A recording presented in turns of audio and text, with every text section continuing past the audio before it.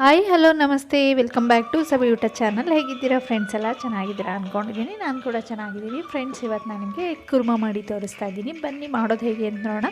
ಅದಕ್ಕೂ ಮುಂಚೆ ಯಾರಾದರೂ ನನ್ನ ಚಾನಲ್ನ ಸಬ್ಸ್ಕ್ರೈಬ್ ಆಗಿಲ್ಲ ಅಂದರೆ ಪ್ಲೀಸ್ ನನ್ನ ಚಾನಲ್ನ ಸಬ್ಸ್ಕ್ರೈಬ್ ಆಗಿ ಲೈಕ್ ಮಾಡಿ, ಕಮೆಂಟ್ ಮಾಡಿ ಮತ್ತು ಶೇರ್ ಮಾಡಿ ಫ್ರೆಂಡ್ಸ್. ಇವಾಗ ಮಾಡೋದು ಹೇಗೆ ಅಂತ ನೋಡೋಣ. ಇಲ್ಲಿ ಒಣ ಕೊಬ್ಬರಿನ ತೊಗೊಂಡಿದ್ದೀನಿ, ಶೇಂಗಾ, ಚಕ್ಕೆ ಒಂದು 3 ಪೀಸು, 2 ಏಲಕ್ಕಿ, 6ರಿಂದ 7 ಗೋಡಂಬಿ, 3 ಲವಂಗ. ಮೊಟ್ಟೆನ ಬೇಯಿಸಿಬಿಟ್ಟು ಸಿಪ್ಪೆ ತೆಗೆದುಬಿಟ್ಟು ಈ ರೀತಿ ಸೆಂಟ್ರಲ್ಲಿ ಕಟ್ ಮಾಡಿ ಇಟ್ಕೊಂಡಿದ್ದೀನಿ. ಮತ್ತು ಈರುಳ್ಳಿ, ಕರಿಬೇವು, ಕೊತ್ತಂಬರಿ ಸೊಪ್ಪು, ಹಸಿರು ಮೆಣಸಿನ್ಕಾಯಿ ಮತ್ತು 1 ಕಪ್ ಆಗುವಷ್ಟು ಟೊಮೆಟೊ. 2 ಟೊಮೆಟೊನ ತೊಗೊಂಡ್ರೆ ಸಾಕಾಗತ್ತೆ ಫ್ರೆಂಡ್ಸ್. ಇವಾಗ ಒಂದು ಪ್ಯಾನ್ನ ಬಿಸಿ ಮಾಡೋಕ್ಕಿಟ್ಟಿದ್ದೀನಿ. ಪ್ಯಾನ್ ಬಿಸಿಯಾದ ನಂತರ ನಾನು ತೊಗೊಂಡಿರೋ ಕಪ್ನಲ್ಲಿ ಅರ್ಧ ಕಪ್ ಆಗುವಷ್ಟು ಶೇಂಗಾನ ಹಾಕ್ಕೊಂಡಿದ್ದೀನಿ. ನೀವು 1-2 ಸ್ಪೂನ್ ಆಗುವಷ್ಟು ಶೇಂಗಾನ ಹಾಕ್ಕೊಂಡ್ರೆ ಸಾಕಾಗುತ್ತೆ. ಶೇಂಗಾ ಎಲ್ಲ ಸ್ವಲ್ಪ ಈ ರೀತಿ ಫ್ರೈ ಮಾಡ್ಕೊಳ್ಳಿ. ಸ್ವಲ್ಪ ಕಲರ್ ಚೇಂಜ್ ಆಗಬೇಕು. ಕಲರ್ ಚೇಂಜ್ ಆದ ನಂತರ ಇದಕ್ಕೆ ಚಕ್ಕೆನ ಹಾಕ್ಕೊಳ್ತಾ ಇದ್ದೀನಿ. ಚಕ್ಕೆಯಲ್ಲಿ 3 ಪೀಸ್ ಸಾಕಾಗುತ್ತೆ. ಲವಂಗ 4, ಏಲಕ್ಕಿ 2, ಗೋಡಂಬಿ 5ರಿಂದ 6 ಸೇರಿಸ್ಕೊಳ್ಳಿ. ಈ ರೀತಿ ಚೆನ್ನಾಗಿ ಫ್ರೈ ಮಾಡ್ಕೊಳ್ಳಿ. ನಂತರ ಇದಕ್ಕೆ ಫ್ರೈ ಆದ ನಂತರ ಜೀರಿಗೆ 1 ಸ್ಪೂನ್ ಆಗುವಷ್ಟು ಜೀರಿಗೆನ ಹಾಕ್ಕೊಳ್ಳಿ. ಜೀರಿಗೆ ಕೂಡ ಅಷ್ಟೇ ಸ್ವಲ್ಪ ಚಟಪಟ ಅಂತ ಫ್ರೈ ಆದ ನಂತರ ಇವಾಗ ಇದಕ್ಕೆ ಡ್ರೈ ಕೋಕೋನಟ್ನ ಸೇರಿಸ್ಕೊಳ್ತಾ ಇದ್ದೀನಿ. ಒಣ ಕೊಬ್ಬರಿನ ಈ ರೀತಿ ಸೇರಿಸ್ಕೊಂಡ್ಬಿಟ್ಟು ಮತ್ತೊಂದು ಸಾರಿ ಫ್ರೈ ಮಾಡ್ಕೊಳ್ಳಿ. ನಂತರ ಇದು ತಣ್ಣಗಾದ ನಂತರ ಮಿಕ್ಸಿ ಜಾರ್ಗೆ ಹಾಕ್ಕೊಳ್ತಾ ಇದ್ದೀನಿ. ಇದನ್ನು ಪೇಸ್ಟ್ ಮಾಡ್ಕೊಳ್ಳಿ. ನಂತರ ಇದಕ್ಕೆ ನೋಡಿ ಈ ರೀತಿಯಾಗಿ ಮಾಡ್ಕೊಂಡಿದ್ದ ನಂತರ ಇದಕ್ಕೆ ಟೊಮೆಟೊನ ಹಾಕ್ಕೊಳ್ಬೇಕು. ಇವಾಗ ಟೊಮೆಟೊನ ಹಾಕ್ಕೊಂಡ್ಬಿಟ್ಟು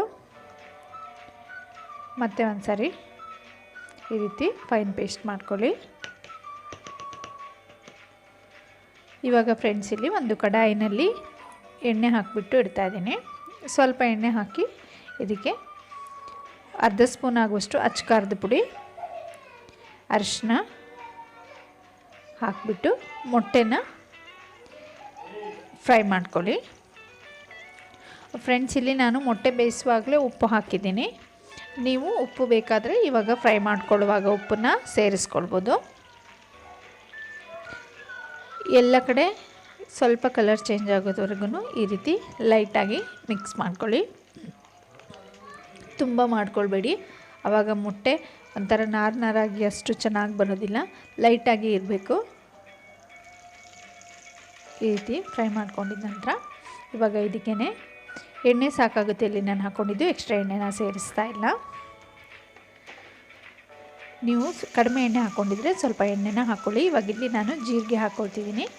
ಆಮೇಲೆ ಇದಕ್ಕೆ ಈರುಳ್ಳಿ ಕೂಡ ಸೇರಿಸ್ಕೊಳ್ತಾ ಇದ್ದೀನಿ. ಈರುಳ್ಳಿ ಮತ್ತು ಜೀರಿಗೆನ ಚೆನ್ನಾಗಿ ಫ್ರೈ ಮಾಡ್ಕೊಳ್ಳಿ. ಈರುಳ್ಳಿ ಎಲ್ಲ ಸ್ವಲ್ಪ ಕಲರ್ ಚೇಂಜ್ ಆಗಬೇಕು. ನಂತರ ಇದಕ್ಕೆ ಹಸಿರು ಮೆಣಸಿನ್ಕಾಯಿನ ಹಾಕ್ಕೊಳ್ತಾ ಇದ್ದೀನಿ. ಚಪಾತಿ ಜೊತೆ, ರೈಸ್ ಜೊತೆ ಚೆನ್ನಾಗಿರುತ್ತೆ ಫ್ರೆಂಡ್ಸ್. ಖಂಡಿತ ಒಂದು ಸರಿ ಟ್ರೈ ಮಾಡಿ. ಮತ್ತು ಇವಾಗ ಇದಕ್ಕೆ ಕರಿಬೇವನ್ನ ಹಾಕ್ಕೊಳ್ತಾ ಇದ್ದೀನಿ.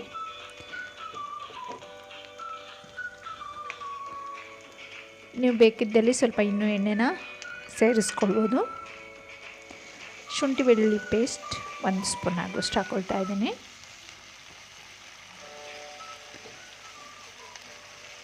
ಶುಂಠಿ ಬೆಳ್ಳುಳ್ಳಿ ಹಸಿ ವಾಸನೆ ಎಲ್ಲ ಹೋಗಬೇಕು, ಅಲ್ಲಿವರೆಗೂ ಚೆನ್ನಾಗಿ ಫ್ರೈ ಮಾಡ್ಕೊಳ್ಳಿ. ನಂತರ ಇದಕ್ಕೆ ರುಬ್ಬಿಟ್ಕೊಂಡಿರೋ ಪೇಸ್ಟನ್ನು ಇವಾಗ ಹಾಕ್ಕೊಳ್ಬೇಕು. ಈ ರೀತಿ ಹಾಕ್ಕೊಂಬಿಟ್ಟು ಸ್ವಲ್ಪ ನೀರು ಹಾಕ್ಕೊಂಬಿಟ್ಟು ಹಾಕ್ಕೊಳ್ಳಿ. ಚೆನ್ನಾಗಿ ಮಿಕ್ಸ್ ಮಾಡ್ಕೊಳ್ಳಿ. ಫಸ್ಟ್ ಒಂದು ಸರಿ 1-2 ನಿಮಿಷ ಇದೇ ರೀತಿ ಫ್ರೈ ಮಾಡ್ಕೊಳ್ಳಿ. ಹಸಿ ವಾಸನೆ ಎಲ್ಲ ಸ್ವಲ್ಪ ಹೋಗಬೇಕು, ಅಲ್ಲಿವರೆಗೂ ಫ್ರೈ ಮಾಡ್ಕೊಳ್ಳಿ. ನಂತರ ಇದಕ್ಕೆ ಸ್ವಲ್ಪ ನೀರನ್ನ ಹಾಕ್ಕೊಳ್ಳಿ. ನೀರು ಹಾಕ್ಕೊಂಬಿಟ್ಟು ಚೆನ್ನಾಗಿ ಮಿಕ್ಸ್ ಕೊಡಿ.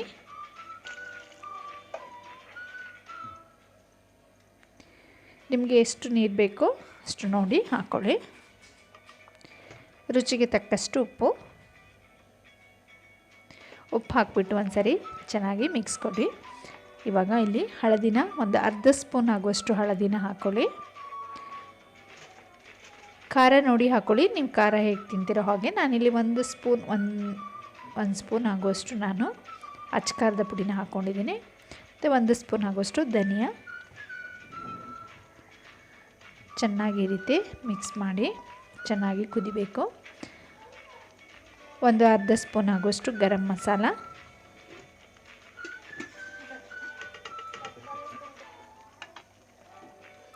ಈ ರೀತಿ ಚೆನ್ನಾಗಿ ಮಿಕ್ಸ್ ಮಾಡಿಬಿಟ್ಟು ಕುದಿಯೋದಕ್ಕೆ ಸ್ಟಾರ್ಟ್ ಆಗಿದ ತಕ್ಷಣ ಮೊಟ್ಟೆನ ಇದಕ್ಕೆ ಸೇರಿಸ್ಕೊಳ್ಳಿ.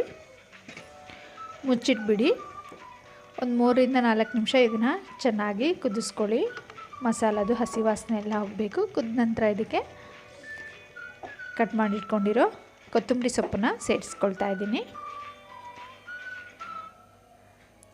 ನೋಡಿದ್ರಲ್ಲ ಫ್ರೆಂಡ್ಸ್, ವಿಡಿಯೋ ಇಷ್ಟ ಆಗಿದೆ ಪ್ಲೀಸ್ ನನ್ನ ಚಾನಲ್ನ ಸಬ್ಸ್ಕ್ರೈಬ್ ಆಗಿ. ವಿಡಿಯೋ ನೋಡಿದ್ದಕ್ಕೆ ಎಲ್ರಿಗೂ ಧನ್ಯವಾದಗಳು. ಮತ್ತೆ ಮುಂದಿನ ವಿಡಿಯೋದಲ್ಲಿ ಭೇಟಿಯಾಗೋಣ. ಬಾಯ್.